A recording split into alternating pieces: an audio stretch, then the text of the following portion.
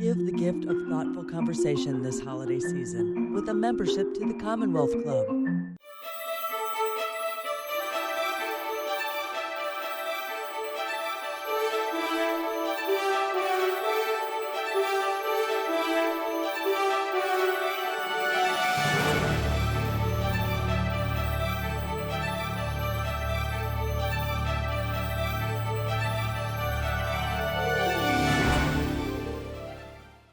Good to see you. Welcome to the Michelle Meow Show at the Commonwealth Club of California. I'm John Zipro, the club's Vice President of Media and Editorial.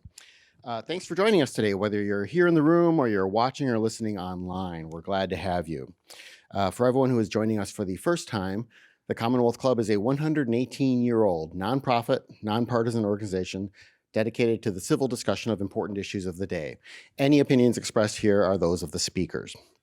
Now, the Commonwealth Club has been producing hundreds of programs a year, even during the pandemic. So go to commonwealthclub.org/MMS to get all of our upcoming programs for Michelle Meow, as well as podcasts and video of her past programs. And don't forget, this Friday is her annual year-end celebration this Friday evening. So it'll be a fun time. So please join us for that. If you're watching us live on YouTube, use the chat box to submit questions for our special guests today. I will be monitoring that after I'm done here. And for everyone here in the room, stick around after the program for a reception made possible by the Leo T. McCarthy Center at the University of San Francisco. Now, it's my pleasure to introduce Derek Brown. He is the Senior Director for the Leo T. McCarthy Center at the University of San Francisco. He's a native San Franciscan who brings more than 20 years of experience leading neighborhood engagement strategies and addressing complex community issues. As Senior Director at the Leo T. McCarthy Center, Derek Brown is committed to continuing and enhancing the tradition of inspiring USF students to serve others and pursue successful careers in public service. So welcome Derek Brown to our stage, please.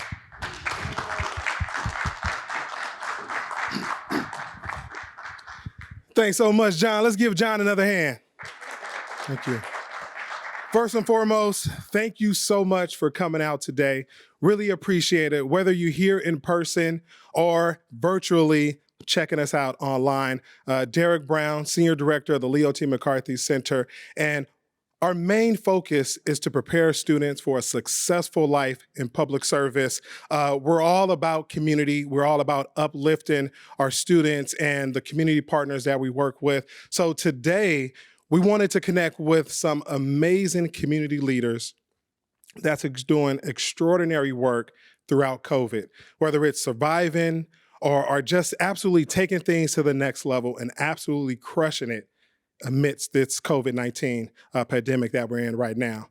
That being said, without further ado, I would love to introduce our all-star panelists. First up, we're going with Rudy Corpus from United Players. Rudy. Feel like I'm graduating. Well, I Thanks, see that Rudy. player right there. Yes, sir. Next up, we have Susana Rojas with Calle 24. Susana. Susana, how you doing? Have a seat. Okay. Next up, let's go with James Pingola from Collective Impact.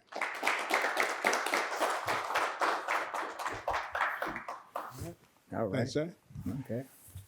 All right, next up, we have Jackie Flynn with A. Philip Randolph Institute.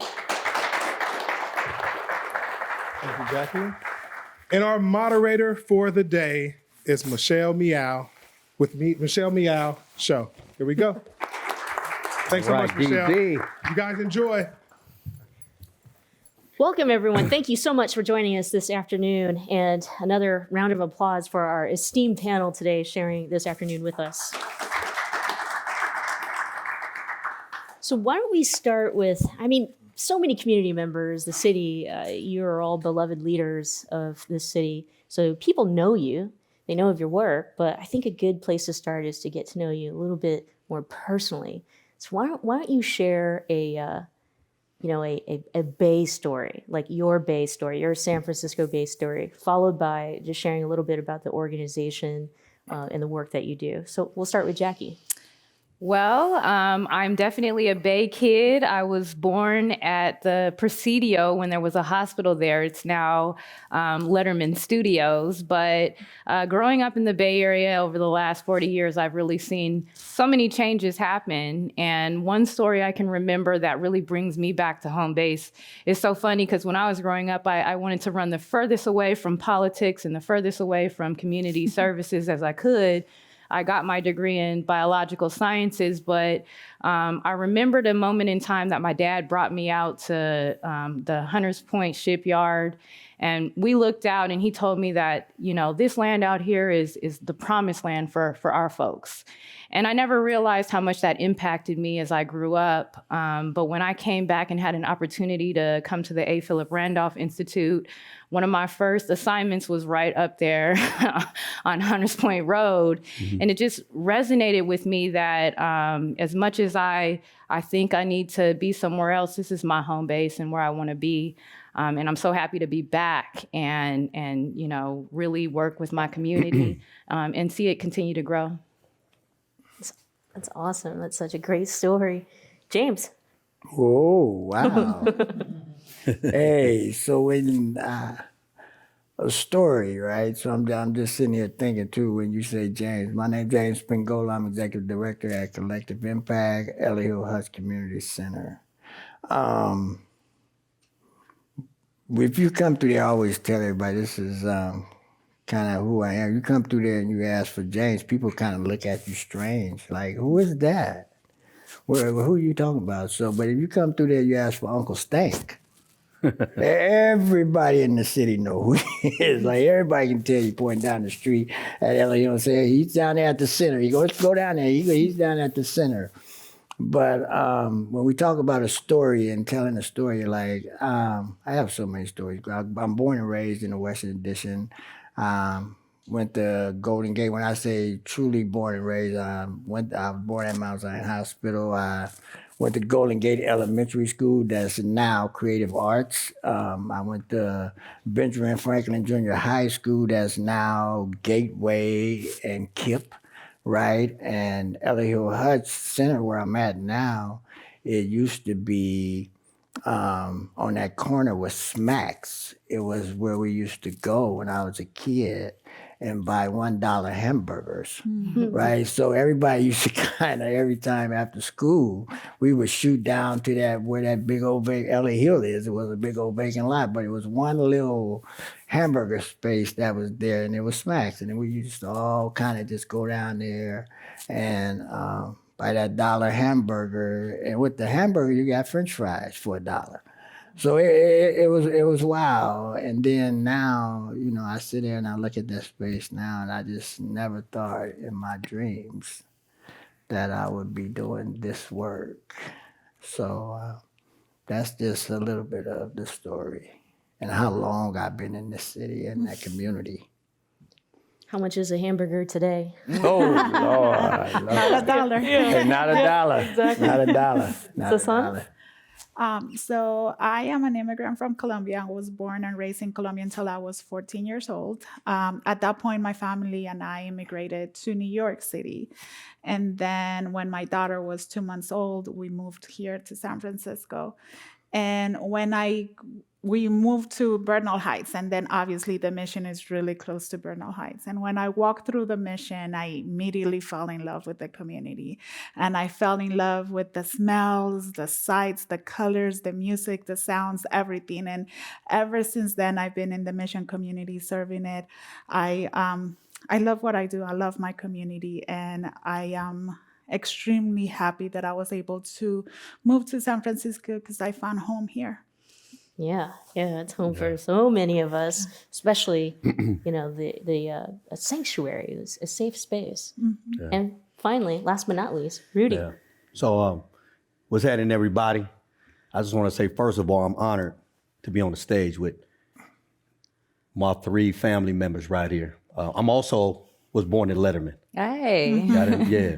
Letterman's is proceed. How many of y'all, by hands real quick, is from San Francisco originally? So thank you. So we call San Francisco Frisco. That's right. Y'all didn't know. I'm born and raised in this actual neighborhood right here. District 6, South of Market. I'm a downtown boy for real, right? I run a violence prevention organization called UP, United Players, that originated from gang violence from the community and the kids. And so this neighborhood, to tell a story, I used to destroy this neighborhood. When people would see me come down the street, they would go the other way or they would only respect me because they feared me. But now, my story is this. I own land and property in this neighborhood where we serve and keep the community safe. So from somebody who was on one side of the gun is on the other side of the gun now, I'm here to make sure that we preserve and we keep it safe for our community. Because y'all know anywhere down here in District 6 in the Tenderloin, ain't nothing tender about the loin. And so, quick story. We used to go fishing right across over here as young kids. And one of my friends threw over the fishing pole. He's fishing, but he fell in the water. Oh, no. And he was like, help. I said, shit, I can't swim. So we threw him a little life raft and saved him, and we didn't catch no fish.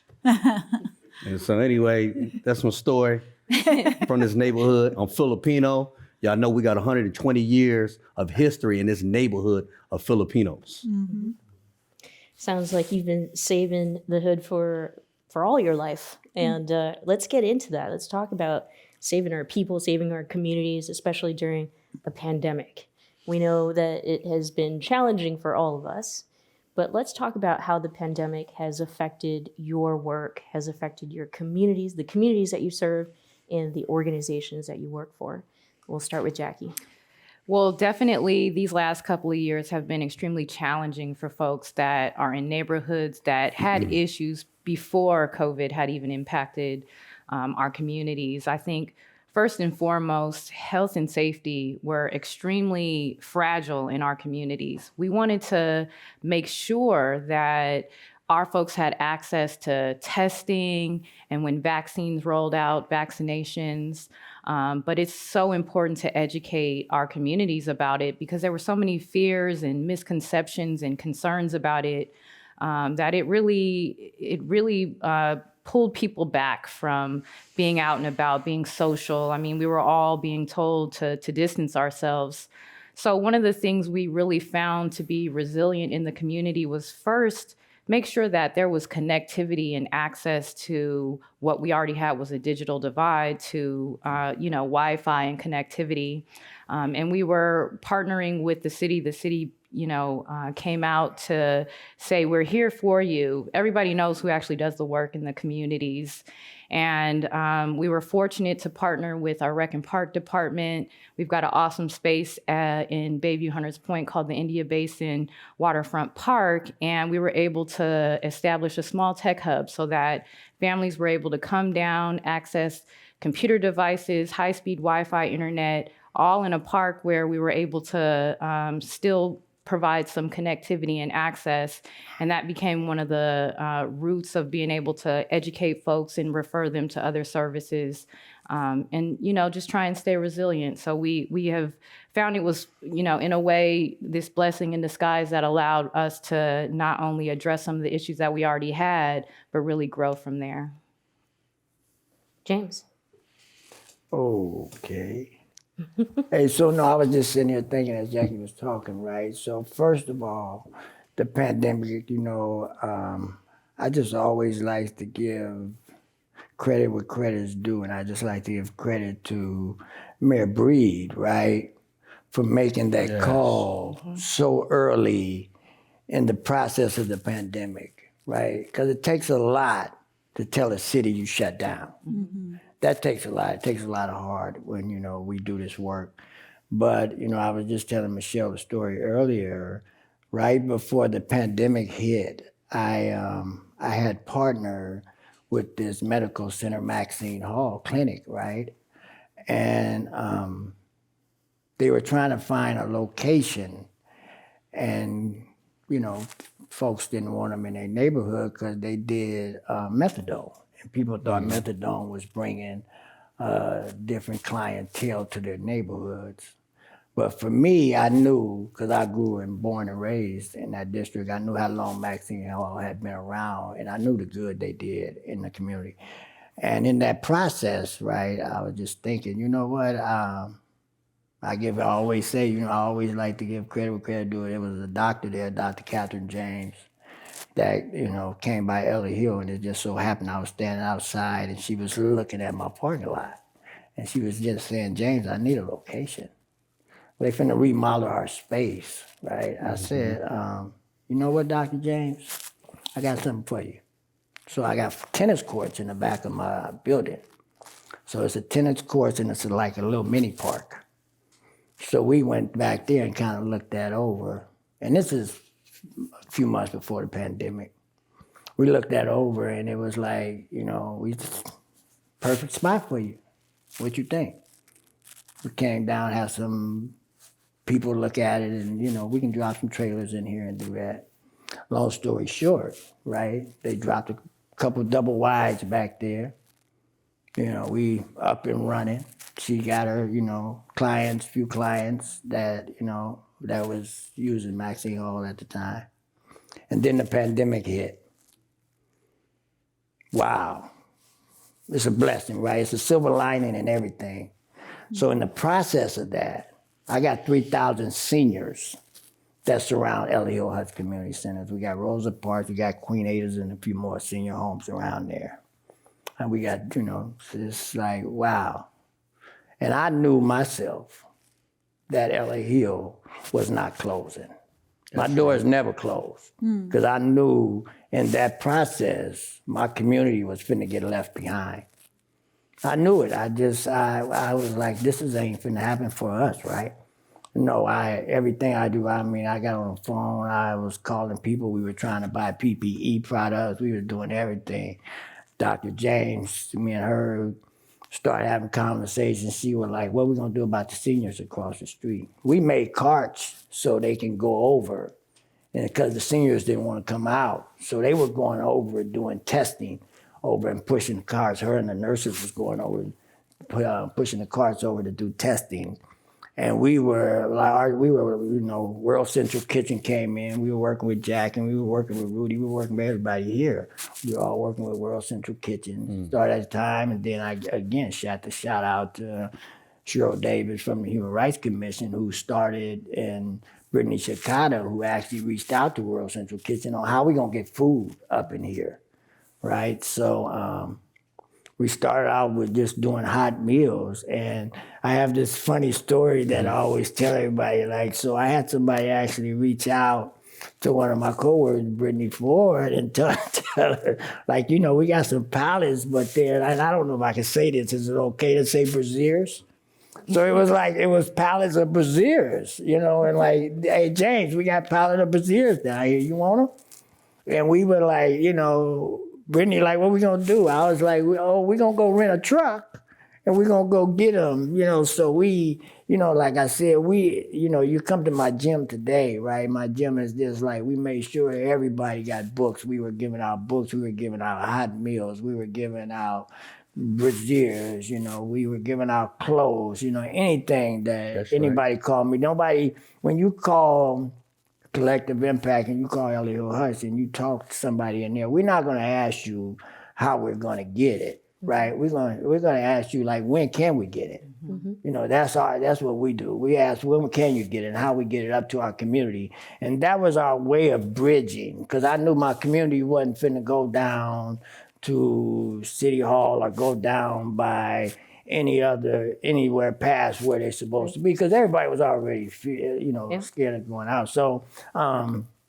we just made sure that we became not just a medical facility, but an emergency operations center all together. So we just did. It wasn't nothing you can come to Ellie Hill and ask for that we didn't have for you. That's so incredible. Yeah. That's so great. Wow. Sasana. Yeah, so in the mission community, we noticed right away that there was disparity and there were inequalities that were affecting how our community was being affected by the pandemic. And of course, the whole city was affected by the pandemic, but the Latino community at that point was the one that was getting sick the most and was ending up in the hospital the most. So immediately we knew we had to learn about public health really quickly and enact anything and everything that we can do. something that we in the mission community take pride on is that we run to the fire. We may not know what we find there, but we're going to run to the fire and we're going to respond and we're going to create the resources and the systems and programs that are needed in order to respond to our community. So out of that, 30 plus organizations came together and we formed the Latino Task Force. We started with Food Hub that now serves over 7,000 families a week with food. We have testing and vaccination on 24th and Cap. We also have it at 701 Alabama, 20 Norton, and sometimes we have pop-ups all over the city. We also have, like I said, the Food Hub at 701 Alabama and the Resource Hub at 701 Alabama, but we also now have a hub at Excelsior, which is called La Casa. We have one at Baby Hunters Point, and another one that just opened with our support in for the Pacific Islander community. And for us, what was important is to understand that inequities may be there, but this city is rich. And it's not only rich in economic resources, but in human resources. And because we are so rich in human resources, is that we have been able to guide and really lead the way in our country when it comes to responding to a pandemic and responding to a pandemic in an equitable way. Being able to bring the services to our communities in the way that makes sense for our communities. That's right. We can, and I think that now with what we have learned, we can go back to the way that things were. We have learned how to community and city resources, when they're given to community agencies that understand the community, understand what the culture and how to provide the services, and pair it with the scientific community, we can bring equity. Mm-hmm. And we can make those dollars last and go further than when we work separately. So I think that one is one of the biggest learnings. And two, I think that we all should be very proud to be in San Francisco and understand that this city was kept going by the communities of color that could never shelter in place when the shelter in place came into effect. Mm-hmm. Yeah. That's right. Yeah. It's a song for Right mayor on, Suzanne. at some point in the future. Rudy. So that's why when I first started off, I wanted to acknowledge and thank these folks on the stage, because I know they straight 10 toes to the floor, boots to the ground. Anytime you need anything done or you need something to happen, you can call on these folks right here. They ain't gonna ask for nothing, they just gonna do it. And so during this crisis, I always been in crisis before the crisis happened, especially where I live on 6th Street. So it's always something going on. But this also just made sure it taught me who was really serious about this work. Because when it came down to it, all the people basically all they want is the basic, fundamental, necessary things they want: water, food, and safety. Mm-hmm. But that's what the pandemic brought for our neighborhood. So I put a call out there to all the CBOs in my neighborhood, in particular the Filipino neighborhood, who a lot of us don't get along, but see who is serious about working together to make sure we take care of the seniors, the kids, the women, and everybody in between. Mm-hmm. And I told everybody to put up their white flag, because this is the opportunity for us to show if you really about what you're doing. And we came together and we was able to provide them with all the basic essentials. People just needed toilet paper. Mm-hmm. Mm. And since we didn't have, you know where we went? We went to these hotels, because the hotels were shut down, but they had a gang of toilet paper. So we would use the toilet paper and we would pass it out. And then we did caravanning with James and them. Mm-hmm. We go to every hood that people would not attend to go to because they scared.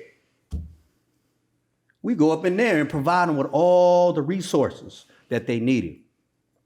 And then the seniors, right? A lot of the Filipino ones, they couldn't speak English good. So we got people who was able to come to them and speak to them in a language where they can understand, and then we would get the mental health services even on the phone, because they just needed to talk to somebody. Mm-hmm.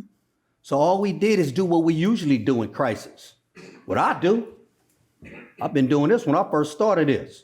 Mm-hmm. And that's why I say, to the people on the stage, these are real live superheroes who are willing to put their life on the line in front of somebody else.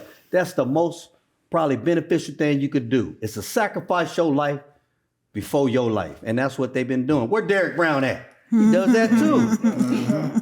I'm not surprised when y'all put this together, who is going to be on the stage. Right. You know what I mean? And so this pandemic, man, really woke up the real. But guess what? They having all kind of crises all over this nation. And guess what San Francisco's due for? An earthquake. So the first thing that's going to turn off in your house is the water, the gas, and the heat. You better know who your neighbor is. That's why my motto, it takes the hood to say the hood. And as much as I love our mayor, that's my sister. When the thing goes down, she ain't going to be right here outside with you. The governor ain't going to be here with you. You know who you going to see? The people right outside your door. And most of them are homeless people. So you better know who they is and build a relationship. Because if you don't, that's another problem you're going to have to deal with. It takes the hood to say the hood. All it means is it takes us to save us. It's that simple. There's been crisis going on all over this world from the beginning of time. You just gonna how to adapt. I'm a hustler. I know how to survive. Throw me in the jungle. Watch how I come out, man, winning.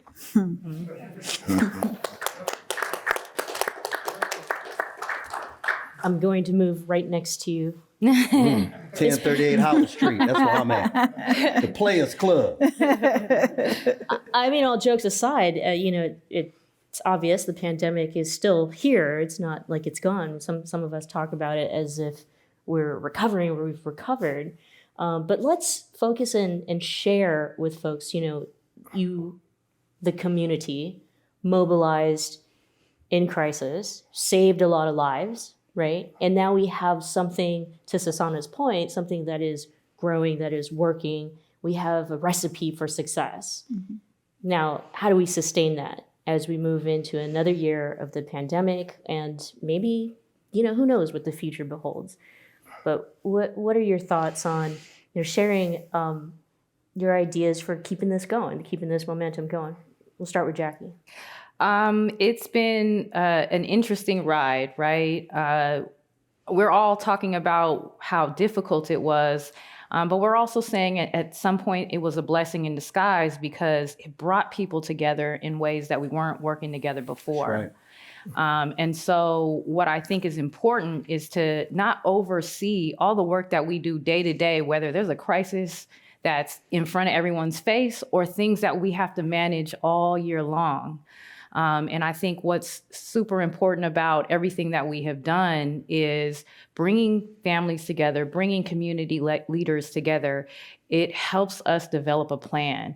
And I think Susanna's point about, making sure these resources are distributed equitably needs to also come from the voices of the folks that they're coming to, right? And so what was great about what we were able to do, bringing community together and still continuing to organize and figure out ways how to keep us connected, our community told us what they needed. And they already knew that we were mobilized to do these things.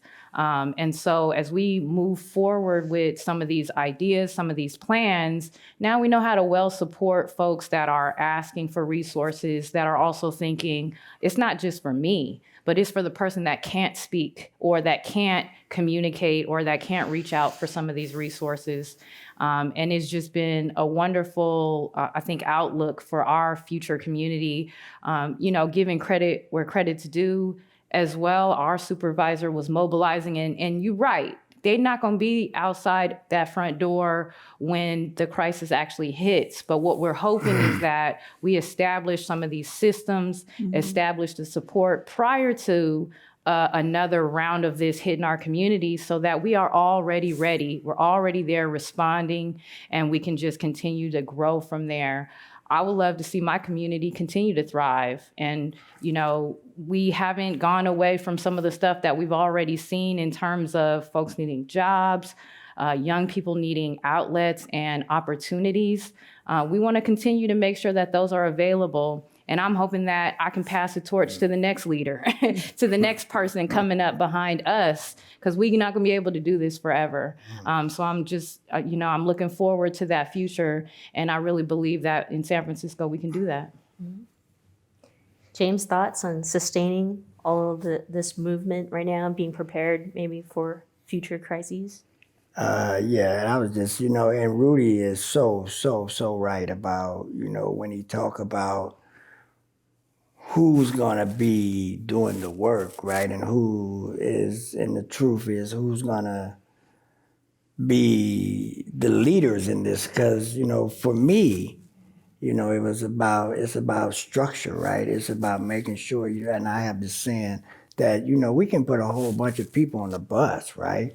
But how do we get everybody in the right seats, right? That's Because what we've learned is that, the work that we do, right, is not for everybody. This is not easy work. And I just want, we having truth up in here, and we just gonna talk about, but that's okay, because on this bus, it's somewhere for you to be, right? It's a seat for you. It's something for you to do in this work, right? So it's the structure that we have to have in place. We have to know who's going to be your warriors out here, who's going to be your soldiers, and who's going to help you lead, right? Because it's just not, I just can't, and me and Jackie was talking earlier, I'm just not okay with just passing my torch just to anyone. That's right. Right? Because we work too hard to get to where we at. 100. We work too hard to build our communities up, right? We do too much work to say, okay, here, and to give it to someone who's don't have a clue on how your community functions, on how we function as a people, right? And like you said, every different ethnicity has its own way. Every community has its own way on how they function, and you have to know how to navigate that.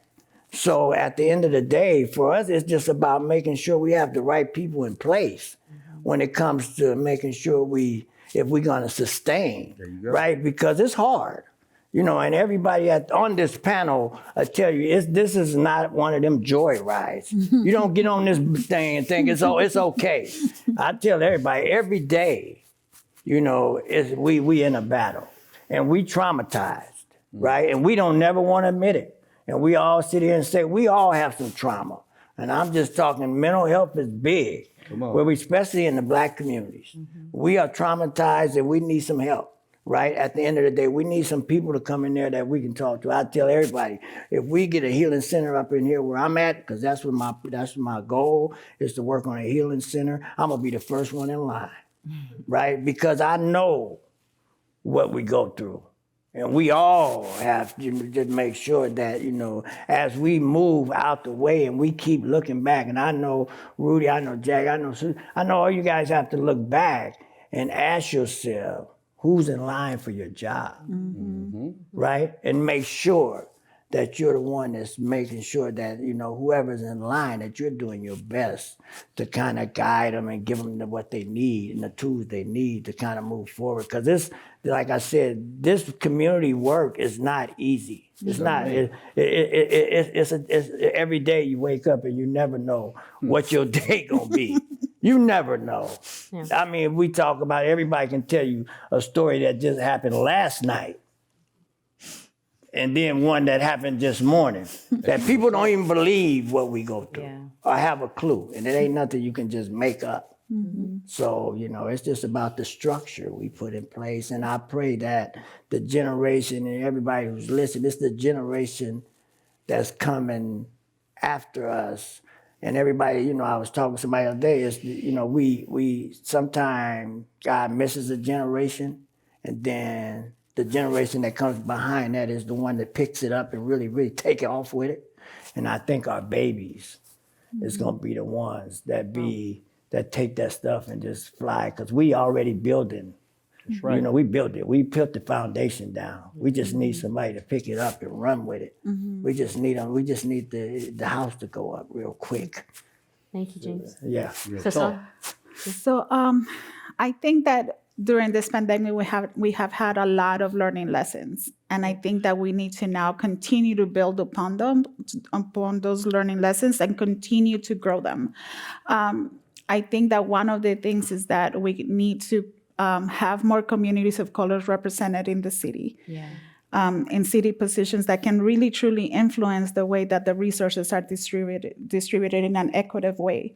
And that when plans are being created, the plans are not coming from this like scholastic idea of like, this is how you make a plan to help a community, but from people that were like, well, you know what, when I was in the pandemic, this is how I got food, and these were the organizations that did it, and this is how they did it. So if we follow that, we're gonna be cool. But if we only have, because one of the things the people that are trying to get into the city and jobs in the city is they're intimidated by the application, by how many degrees you need to have. And so oftentimes really good resumes go unchecked because they don't have the degrees that they need to have.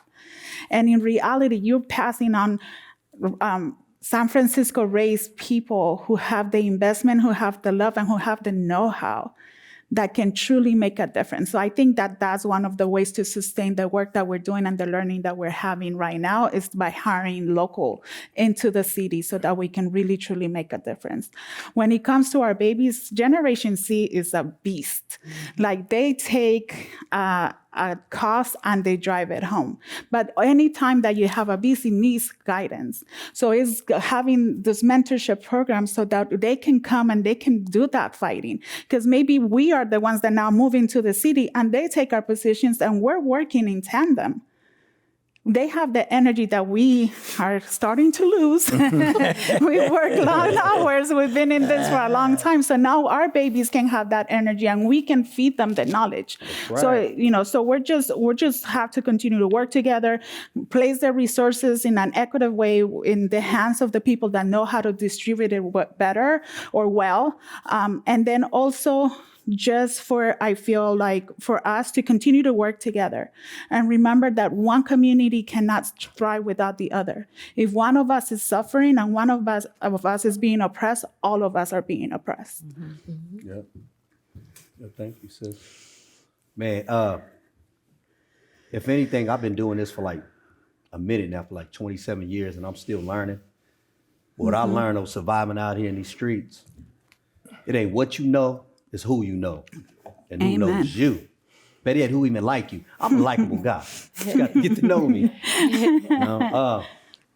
And sustaining, right? Yep. San Francisco is the best city on this planet. I've been all over the world. And we one of the richest cities. In this neighborhood where I'm at, in District 6, we got development, we got tech, we got, nonprofits. We have to learn how to build this relationship and know how to sustain that. Mm-hmm. I'm into building bridges, not walls, right? In San Francisco, with all this bipping going on, people breaking into people's cars, all these robberies going on, right? We got solutions and answers for that. But you gotta have the right people at the table to make sure that some of this stuff won't happen. I guarantee you had James, Jackie, and Susanna in front of Louis Vuitton. People ain't gonna break into them stores because they know what they do for the people. And so you just gotta keep things simple and keep it smart. Mm-hmm. I always talk about KIS, kiss me, keep it simple. That's how you sustain. Mm-hmm. I'm gonna call on John Zipperer to get ready. We'll take questions from the audience for our panel. So if you have some questions, get ready to ask them. I think there's a mic that'll go around. Is that questions? Is John here, or is he coming? Oh yeah, he's got to come from upstairs because he's also managing our YouTube or virtual audience. So if you've got questions, let John know. One thing that I love is the resilience of our communities that you've all shared some examples about, but share some recent ones. And I know Rudy, you wanted to go kind of last, but I'm gonna pick on you only because it's just a few days ago that the annual buyback, the gun buyback program happened, and I can't tell you just how incredible it is that the program has been able to do what it did. I want you to tell the story. Sure. Tell us about the buyback program that just happened. Sure. So before I even go there, on 9th and Howard, I was shot. I'm a survivor of gun violence twice. I've been shot on 6th Street and on 9th Street. And so one of my passions is to end senseless gun violence. I'm not against the Second Amendment, but I am against senseless gun violence. You see kids getting killed, people who just minding their business, trying to work, getting shot in the crossfire. And so annually, what we've been doing for the last 10 years is gun buybacks.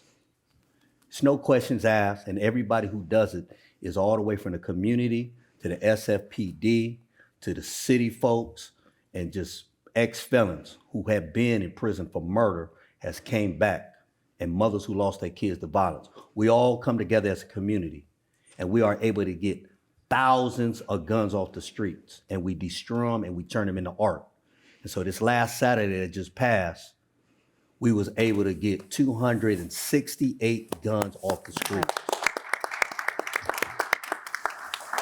268 guns, and 15 of them were assault rifles. I'm talking about if somebody walked in here right now and he squeezed that one trigger, he'll knock down everybody in here. We was able to get rid of all them and they will be destroyed. So this is one little speck in the field of how we end violence. And that's the part that me and my team is playing. But the other part of it too is educating the young kids, as young as elementary, and talking to them and educating them about the truth, how to survive in a world that's full of hate.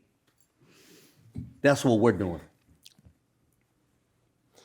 It's so incredible. It's so incredible. Anyone God's else work. want to share maybe another a success story or a story of resilience, especially something that maybe most recent you're or super proud of? One of the things I'm extremely proud of as we talk about wanting more representation, communities that look like us in city leadership, in high management positions, you know, we want to move the needle in making sure that these pathways are available. And, you know, like my colleagues here, we've been doing this for decades.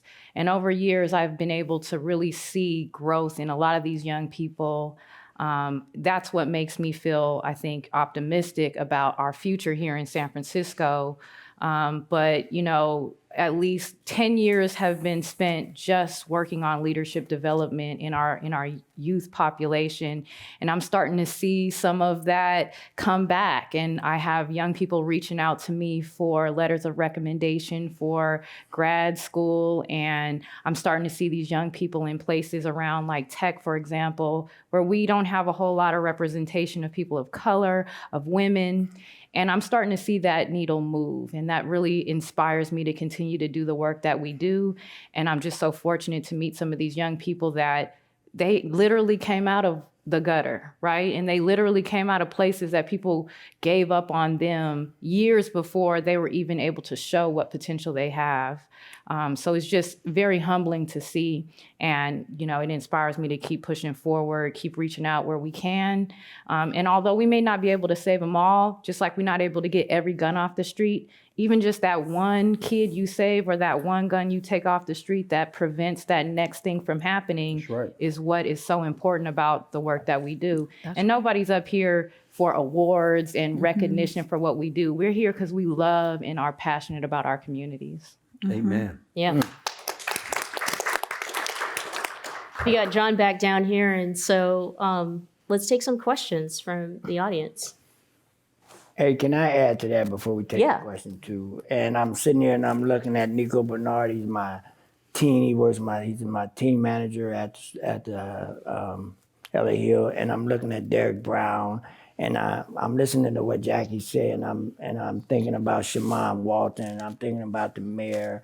And I'm just thinking about these are people that I have known that have grew up in San Francisco. Right, and like Jackie was saying, you looking at who in leadership now and where they come from, and you say it's all possible, right? I had a young person call me just yesterday, and he called me, he said, Uncle Stank, he said, I just wanted to call and check in. I said, what you checking in for? He said, I'm in Florida.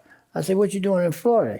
He said, oh man, me and my wife done started a car business. I said, a wife? I said, you got a wife? He said, yeah, we started a car business. We buy cars, we deliver them, you know, to people's houses. We got our own little business down there. And, you know, I just like, you know, that's why we do this work, right? Mm-hmm. It's because, you know, you look back, and I ask myself all the time, am I violent prevention or do I do that? I don't call myself violent prevention, but do I prevent violence sometimes? I do. 100%. I do. I got a revolving chair in my office that people just get up and down, up and down, up and down. But at the end of the day, I just be like, if you don't, we all here, this work, you have to have some passion. You have to have some love for your community. You have to do that. Me and Rudy we come from some dark spaces. Dark spaces. People don't believe. And I tell everybody, I didn't choose this work. This work chose me. 100. I didn't choose it, and where I come from, it's just not, and the things that I have seen and been through, people would not believe it. Same thing with Rudy. We just come from a dark space, and look what we do today. Come on now. And I just say that, even with Mr. Brown over there, and like I said, Shaman Walton and them, and, I watch, I'm a little older than that. But, I watched all of them grow and get into them spaces. So everything is possible for the people that's listening. Everything is possible. You have a question for our panel? Yeah. Facts. Hi, my name is Ashley Chang. I'm the Executive Director of Charity Cultural Services Center. I work with a number of you who are on the stage, and I'm so proud to be here to hearing all that you've done for all your communities. Thank you again for Derek, who organized this and invite this diverse panel here. My question here today is about the leadership positions that you guys have alluded to earlier, about how to get a seat on the table. How do we continue to encourage our youth and our next generation to be getting that seat on the table for our city positions where decisions are made? What are some of the advocacy organized? Are there any efforts that being organized to advocate for more? Because aside from the work that we all do every day, right, to help our community, there must be some type of effort that we need to work together on to advocate for having a more equitable seat at the table for these city positions. When these decisions comes down, when the resources are being allocated, what do we do, right? How can we work together on this? Can I put something in? I'm gonna put something in real quick. If you, and I know you heard this, the mayor has the program Opportunities for All, right? And if you look at some of the positions, them young people get to intern into supervisor's office. They get to intern in the mayor's office. They get to intern with the police department. They get to intern in all of these departments. So doing Opportunities for All gives every young person an opportunity to go in and see what it looks like, what it feels like, what it may, where you can go in politics and city jobs and all that. It's just a great opportunity, and it's been super helpful because I see a lot of young people, and if you go into some of these departments now, you have a lot of young people of all races that's up in there now, that's at the table, because she has opened up these positions and gave everybody an opportunity to kind of come in, and that's what, it's big. So it was 3,000. We're talking about 30. How many cities that actually hired almost 3,800 young people over the summertime? And paid and paid internship. These are paid internships. So that's real big on what they do there. So I think that is, one of the roads, one of the paths, and one of the processes that we're doing to make sure that young people go into these positions. Can I add to that? I think also it's really keeping our eagle eye on what's going on in the commissions, what's going on in all of those different positions that really have that voting power in order to make decisions over the budget. And when those positions are available, it's phone calling, it's advocating, it's writing letters, it's making sure that our communities are represented in those positions of power. Like, for instance, we were just able to get one Latino in the police commission. Mm-hmm. And for one Latino, it was over 100 people working to get that person in there. But that's what needs to happen. And how I was saying before, all of us need to be calling each other and saying, hey, I have this candidate for this position, back me up. Let's all go together. Because if we do, like I said before, if one of us is oppressed, all of us are oppressed. And our commissions, our boards, they need to be as diverse as our city. And the only way that we do that is by advocating and joining hands and working together. And I'll just add, first of all, let me say hi to my friend Ashley over there. You know, she is just like all of us here, actually has a seat at this panel because of the work that you are doing at Charity Cultural Services Center. But I will add that it's all about meeting folks where they are.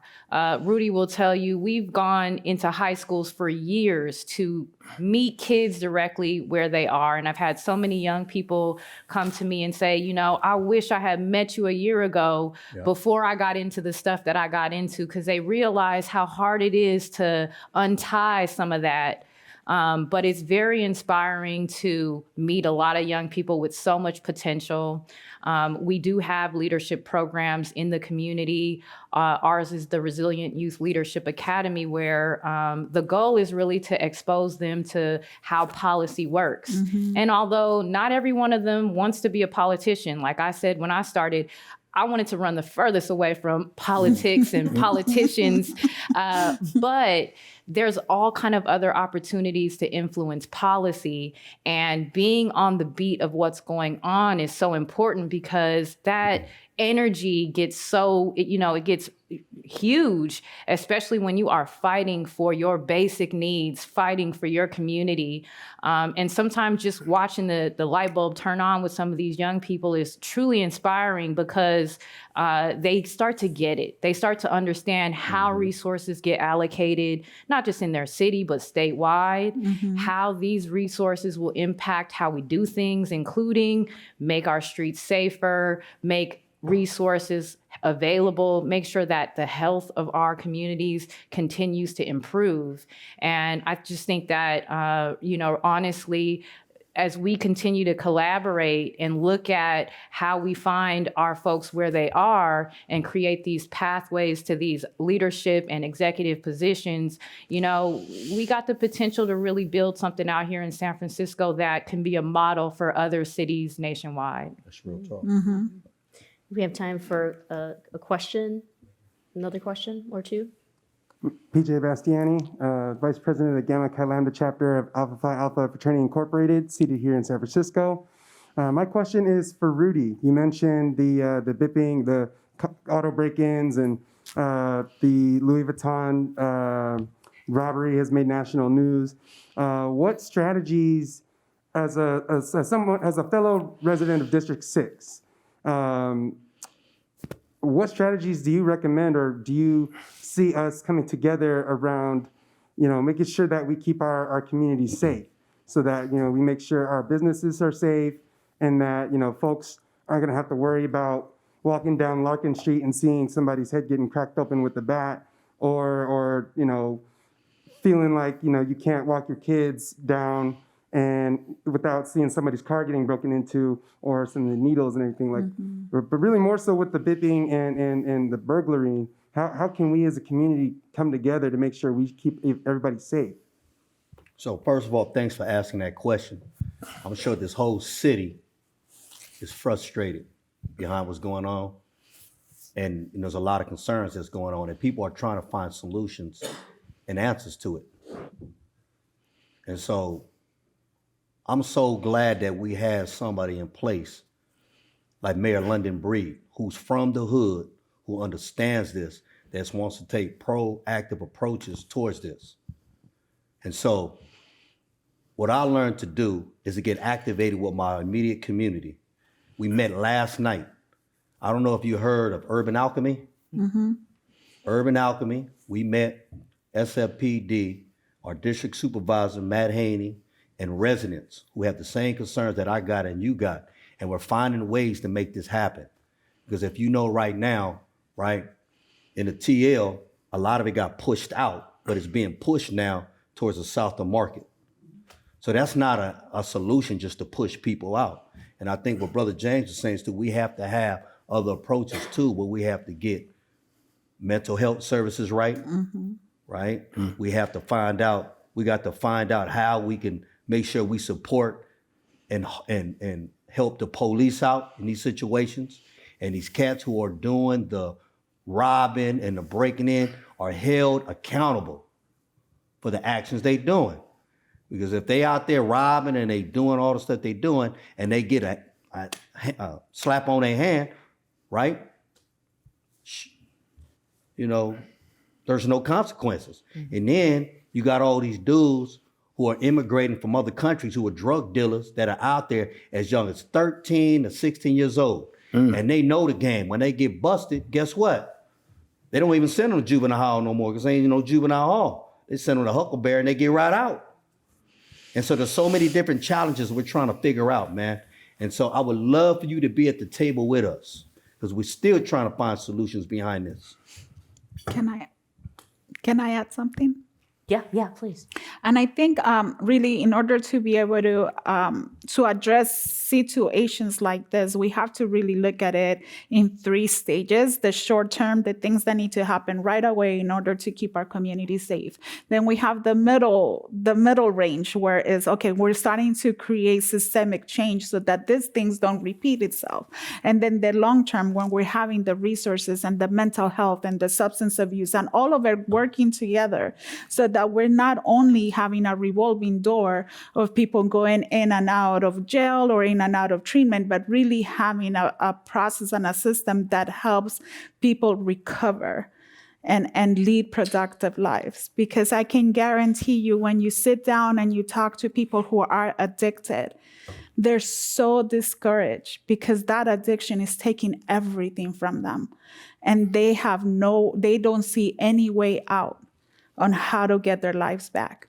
And so we have to look at the whole thing, not only the short term are temporary solutions, but we really need to start working on the middle and the long term. Yeah. And let me just say this though to you, right?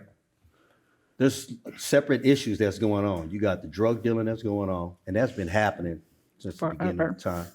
But now you have this population of people who are mentally ill, who don't care about your business. They don't care about the resident. They don't care about the sidewalk or nothing. How do we fix that issue? And that's what we're getting stuck at because you got large amounts of homeless encampments. They got more rights than I got rights. You know what I mean? I want to provide services and help them out. But when you get into a point now when you just using the bathroom on the floor, you leaving your needles, and you making the neighborhood unsafe for the women and the kids and the seniors, I got a problem with that. And so we got to figure a solution out, and this is what we've been doing. I know the mayor's been working on it. She came with a new plan today, right? Yeah. But where is the money being allocated to? We need to make sure it goes into the right hands of the right people to know what they need to do to make sure we execute a plan that will make sure, like you said, the short term and the long term, where everybody gets the right resources that can make it safer. But one thing that I must say, man, that people need to be held accountable for their actions that they doing this. That's why, man, people's out there, man, running wild because there ain't no accountability. We have time for one final question. Okay. Yeah. Can you hear me? My name is Vascaneres. I want to thank you all. It's an honor to hear what you do, and I'm really inspired. So I have an agency called NextSF, and we create private-public partnerships to promote small business and neighborhood corridors. So I'm a small business guy. Was wondering, small business what are you all doing to foster the sense of entrepreneurism and small business? Because that's so important for young people, the community, the city. Just want to hear your thoughts. We'll have one of you answer, if that's okay, for time. I can Go ahead, take that call. So I'm the executive director for Calle 24 Latino Cultural District, and helping our small businesses is one of the things that we do generally. And through the pandemic, we've really been focusing not only on helping the small businesses bridge that technology divide that became ever more apparent during the pandemic and when our stores didn't know how to take online orders or how to survive in a world where people were not going out as much, but also getting the ones that had those like vendors, that the ones that had their home businesses, and how do we, with the storefronts that are now open, how do we place you there? How do we get you to the point where we are helping you get your licenses? We're helping you get your LLCs. So that's what we do at Calle 24. We sit down, we create a plan with a person, and then we see them through. Right now, we're looking at, as we all know, the vendors in the streets have gotten to be a large number. And that's necessity, right? People need to pay the rent. People need to eat. So how do we get you to a point that you're going to be able to continue to do that, but in a way that it still supports our community? So right now we're instituting a pilot program in which we're taking these vendors and we're giving them all of the knowledge, all of the information, and helping them, and we're going to be paying for their permits in order for them to become more organized and not just be out there. So that's one of the things that we're doing to encourage entrepreneurship and help our small businesses in our community. That's so incredible. Well, I can't believe it, but that is the end of our program. I could sit here for another hour learning from you all, but I think what's important is we all get engaged, we all get active, we go out there and we do the best that we can to take care of one another. Let's give one last final round of applause for our speakers. Rudy, Susana, James, Jackie. And let's give a hand to Ms. Meow. Yay! Yeah. Thank you to all of you who are joining us online. Thank you to the Commonwealth Club of California for the platform. And of course, the Leo T. McCarthy Center for Public Service and the Common Good. Yes. Brown for bringing us all here together today. Well, we've got some good times after this. So we have a short reception out there with some goodies. Let's all get to know each other a little bit more. And just a reminder, keep your masks on unless you're actively eating, drinking, and all that good stuff. Thank you all for being here today. We'll see you next time.